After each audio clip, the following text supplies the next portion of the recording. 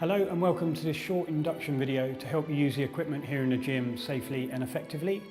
There's a gym etiquette poster on the wall which details the sort of things you need to consider whilst you're in here, the main essence of which is based around being considerate to your fellow gym users. Two key points on there are the wiping down of the equipment after you've used it and the clearing up of any free weights or anything after you've used those so that other gym users do not trip over them, and generally try and leave the gym in the sort of condition you'd hope to find it in when you arrived. Okay, so I'll now take you through the various pieces of equipment in the gym and how to use them. Okay, so spin bike, quite a few moving parts on this one. We like to try and leave it in the standard position, so you can adjust seat proximity and distance from the handlebars, handlebar height. The handlebars are also on a slider. So the standard settings are number 7 on the seat slider, which goes this way. And you can tell it's on the right setting because it finishes flush with the end of the kind of peg there. So that stays on 7.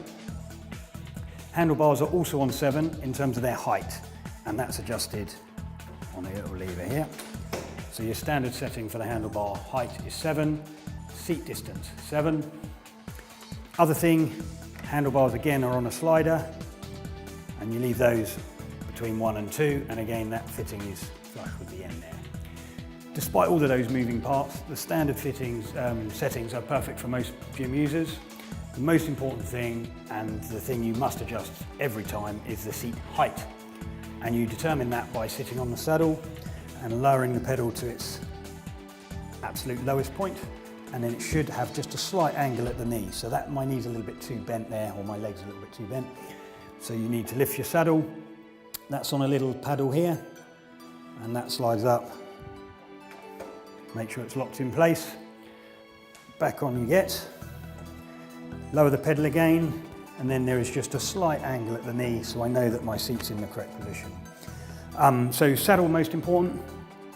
You then begin pedaling, and the other thing that you can adjust on here is the resistance on the wheel, which will obviously make pedaling more difficult or more straightforward, and that's done with a little dial down here where your kind of old-fashioned gear lever might be on your bike. So you twist that towards the plus, and obviously that increases the resistance on the wheel and makes pedaling more difficult, and back to the minus makes it easier to pedal. The other thing to remember on here is it doesn't have a freewheel mechanism, so when you stop, or when you want to stop, you must slow down the pedals gradually and manually. If you try to suddenly stop like you would do on a bike, it throws you around a little bit, so do be slightly cautious when you're decelerating. Handlebars lastly, in terms of where you hold, you can be upright or down, or kind of down and a little bit lower. With that, it's generally wherever you're most comfortable. And then away you go.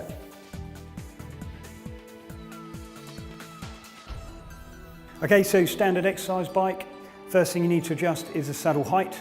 So to check you've got that set correctly, you need to sit on the seat and lower the pedal to its lowest possible point, and then you should have just a slight angle in the knee. So obviously there's quite a big pronounced angle there, so I need to lift my seat a bit. And you do that on a little paddle that's underneath the saddle, and you pull it up. Make sure it locks in, and then you check it's about the right height. And then we've got just a slight bend in the knee, so that saddle's set correctly. This one, the display's plugged in, so it's lit at all times. Begin pedaling very gently, and then push start. And the time then counts you up from 0, so you can pedal for as long or as short a time as you wanted to. And in terms of the resistance, you can adjust that manually. So there's an area on the display called effort level. If you push plus, it increases the resistance on the wheel and makes pedaling more difficult. And minus takes that resistance off and makes it much easier to pedal. Couple of handle options. You can be in a nice upright position like this, or down on your forearms like that. And neither of them make a great deal of difference in terms of exercise benefit. It's more a comfort thing. So whichever you choose, it's entirely up to you. Okay, so cross trainer. You need to get on this initially, and obviously be careful when you do that, because when you do tread on it, the skates move and the handles move, so you just got to be careful you don't knock yourself when you get on it. So if you take hold of the fixed bars in the middle, pop your feet in the middle of the plates, It then moves nice and freely, so that's kind of what I was warning you about really. Start skating, and it feels a bit like skating or cross-country skiing or something similar. When you're underway, just gently, you then push start, and the time will count you up from 0. The only other thing to adjust on here is the resistance on the wheel behind you, and that obviously dictates the effort level required to move the foot plates and the handles. Effort level is adjusted with the plus figure there. You increase that. Obviously it becomes a bit more difficult to move, and decrease with the minus. 2 handle positions. So you've got your fixed arms where they don't do anything except just support you, and you just use your legs, or the ones up here, and you sort of assist yourself by pulling with your arms, but it also makes it a bit more of a whole body effort. So in theory, you use more muscle groups when you use your arms as well. The other thing to remember on here is to not be too round back, so you need to be fairly upright in your spine. And then away you go. Okay, so treadmill, first thing you need to do, obviously step up onto the belt, and then you need to attach your safety cutout clip and make sure that's securely fastened to your clothing.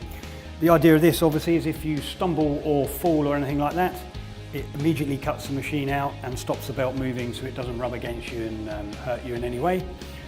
Once you're all fastened on, push start. It just takes a second or two to warm itself up, and then the belt will very gradually start moving. Time obviously up in the middle there counts up from 0, so you can go for whatever duration you've chosen. To increase your speed, push the plus. And then again, the belt will gradually speed up for you. And then to take the speed off, push the minus, and it slows right down. Other thing you can adjust on here is the gradient, so you can do some uphill walking if you want to, and to do that you obviously push the plus for the gradient there, and the front of the machine literally lifts up, so you will feel a bit of a movement as the machine angles itself, and then to take that off, push the minus. So when you've finished, various ways to stop. Assuming all's gone well, you just push the stop button on the main display. If you've hurt yourself during your run or anything, you can always bash the emergency stop there, and that will stop the belt very promptly. If you've sort of hurt your hamstring or something like that, for example, and you can't get to any of the buttons, you straddle the belt. So you just grab the big arms, get your feet off of the moving belt, and then you're in a nice stable position to push stop and finish. Okay, so this is a resistance area. There are 2 separate workstations. The first one right here deals with 3 particular exercises. It does your core, which I'll show you in a second, and it also does 2 leg muscle groups, so your quads at the front and your hamstrings at the back. So first one we'll look at is a leg extension, and before we do anything else, we adjust the weight stack. So you need to make sure that's on a nice light weight to begin with, because obviously we're not warmed up, and you never really want to start on a really sort of heavy weight anyway. So to adjust that, out we come with the pin and slot that in at a more reasonable weight. Again, that's fairly easy and similar to various machines like this. Leg extensions first. Backrest is the important thing. So to make sure you've got that in the correct position, you need to sit on the seat, and the backs of your knee should rest against this pad. So as you can see, there's a bit of a gap there at the moment, so I need to move the backrest back a little bit so my legs are back against this pad. You do that via a little lever back here, and you pull it up, and this is on a slider, and then you make sure it's clicked back in. You can hear that normally. Just jump back on, and now the pad here is resting against the back of my leg. So you get your back flat against the back pad, hold the side handles, and then slowly straighten your legs and back down. Straighten your legs and back down. Good news with this machine is you can also do single ones if you wanted to, just as a bit of variation really. Okay, so the second muscle group this will target is your hamstrings, so the back of your legs, and you need to configure the machine slightly differently to allow for that. So you jump off again, backrest stays in exactly the same place. There's a lever under here which you pull out, and this whole thing pulls forward and make sure it's locked back in. You then stand with your feet in the pads, hold on to the top of this and lean your thighs against it, and then curl up your leg behind you like that. And you'll feel it work your hamstring there. Obviously with this one, you can only do one leg at a time because you need one to stand on. So that's your hamstring position. The third exercise on here does your core and your abdominal area. So you flatten this back down. The back pad will stay in the same position, so it should be adjusted so that the backs of your knees are against this. Like so you're resting against there. And then you reach around behind you and hold on to these straps. Whoopsie. They've got various little, they are slightly awkward, so you do twist a bit to get hold of them. And then you get your hand through.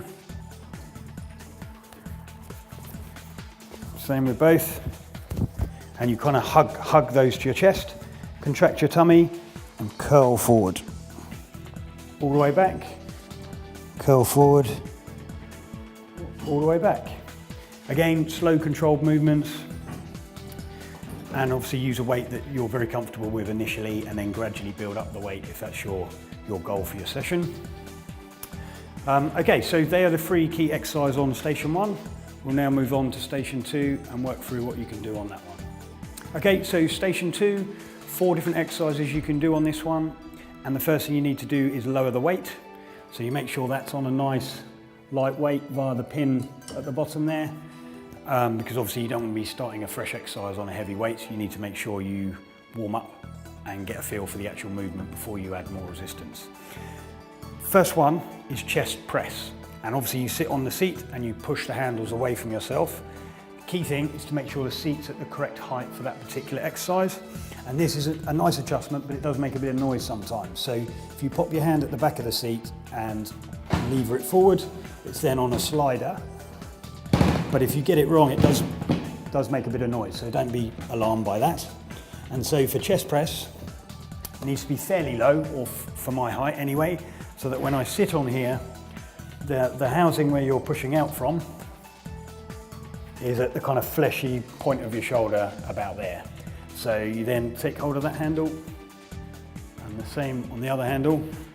Okay, so chest press, hands away and the handles just together, slowly back, away and together. The second exercise is another chest one, and that's Pec Flies or chest flies. And you need exactly the same seated position and the same seat height, but just slightly different in the arm technique. So you have a slight bend at your arms, and then you're bringing the handles together without hinging at the elbow at all. So slowly back and together in front of you like that. So they're the 2 seated chest ones. Next one is a shoulder press, and for that the seat is again in the same position, and the correct position for that is low enough so that the handles start at roughly shoulder height. So it's not totally exact or anything, they should be roughly lined up with your shoulder.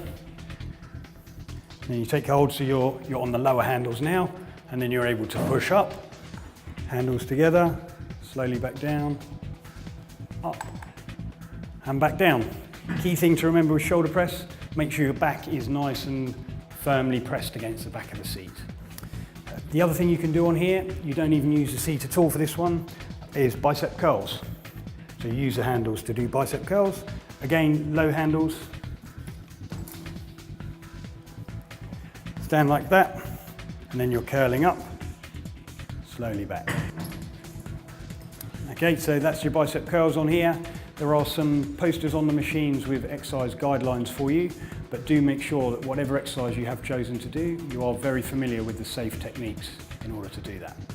Okay, so adjustable free weights bench, normally used obviously with the dumbbells in the nice neat rack over there. Depending which exercise you've chosen, you configure the bench slightly differently to make sure you're in the correct position for that particular exercise. Whichever exercise you do, make sure you are very familiar with the safe techniques required in order to complete that exercise, and always start with a nice light weight initially.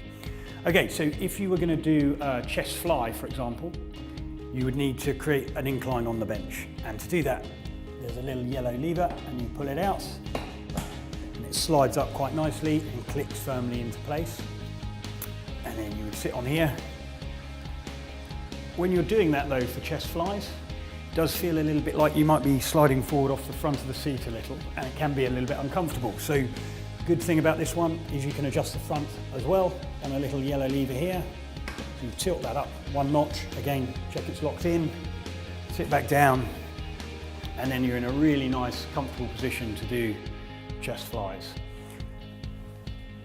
With free weights, particularly the dumbbells, obviously leave them down on the floor whilst you're doing one exercise and kind of between sets. But between exercises, please make sure you put them neatly back on the rack so that other gym users don't trip over them. Thanks for watching. I hope you found it useful. If you do have any questions or require any additional information, please speak to your accommodation manager.